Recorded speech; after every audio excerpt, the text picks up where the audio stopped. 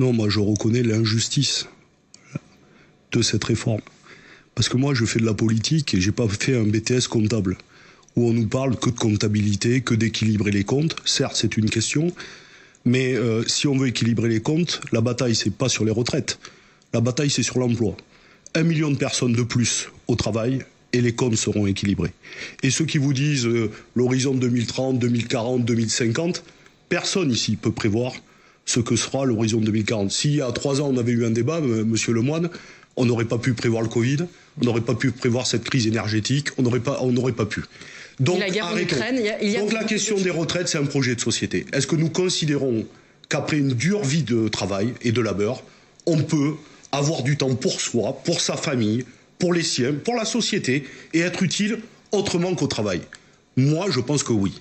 Et donc, à un moment donné, il faut l'organiser. Alors évidemment, il y a une question centrale, et on aura le débat sur comment le financer. Est-ce qu'on continue à verrouiller 14% du PIB, ou est-ce qu'on se dit qu'il faut déverrouiller ça?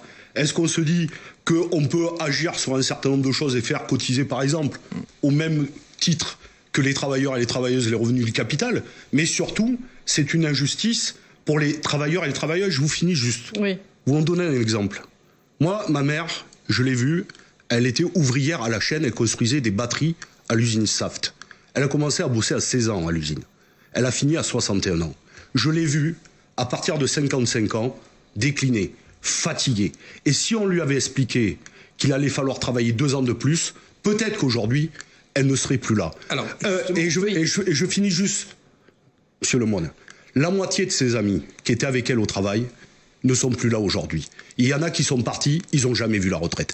Voilà le quotidien de millions de travailleurs et travailleuses. Et donc leur dire aujourd'hui 2 ans de plus, c'est dire qu'une partie de ces travailleurs et de ces travailleuses ne verra jamais la retraite, et ça je le refuse.